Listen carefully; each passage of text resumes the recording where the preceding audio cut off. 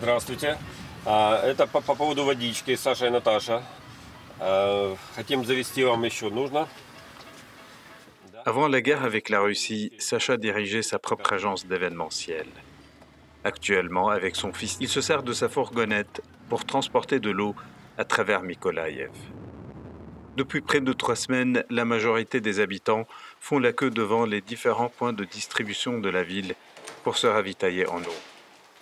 Ceux qui ne peuvent pas se débrouiller seuls doivent compter sur l'aide des bénévoles, comme Sacha.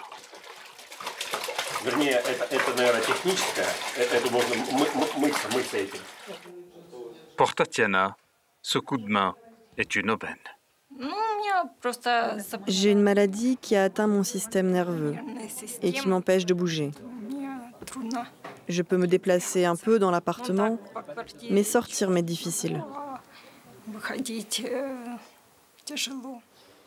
Les voisins de Tatiana, après avoir aperçu Sacha, lui demandent à leur tour le même service. Sacha travaille main dans la main avec une association de bénévoles.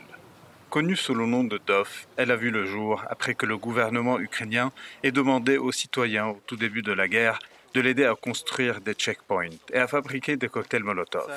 Depuis, 400 personnes ont rejoint l'association qui reçoit des dons venant d'Ukraine et de l'étranger.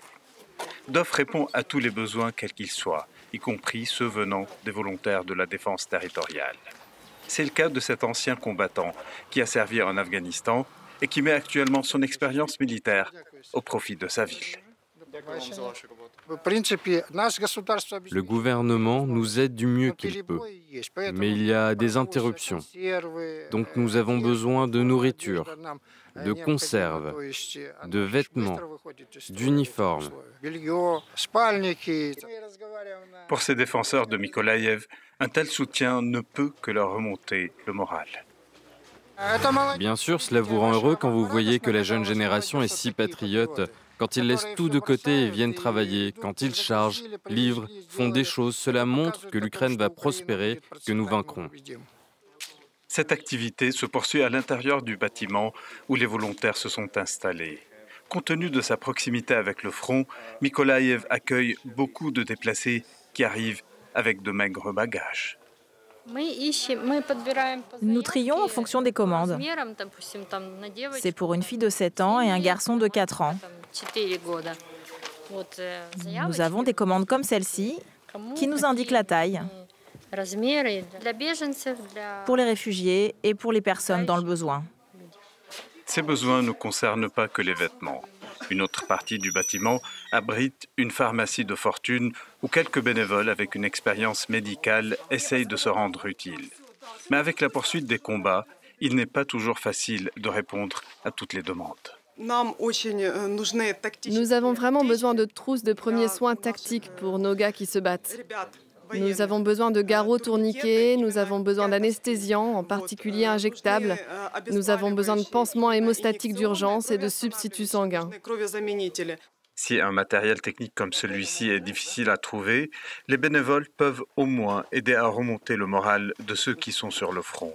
Autrefois photographe, Irina prépare des autocollants dessinés à la main et destinés à être placés dans des colis qui seront envoyés aux troupes ukrainiennes. L'idée des stickers n'est pas nouvelle, mais là, c'est la mienne. C'est juste pour rendre les soldats plus heureux. Ils recevront au moins des autocollants ou une carte postale. L'homme derrière l'association DOF est Vladimir, un pianiste de jazz qui espère que son association survivra au conflit actuel.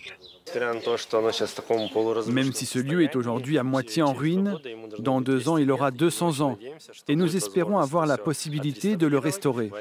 Nous espérons que la guerre se terminera et que nous pourrons célébrer notre victoire. La première victoire de Mykolaïev se trouve dans les efforts que les volontaires ont réussi à mettre en place à travers de tels projets.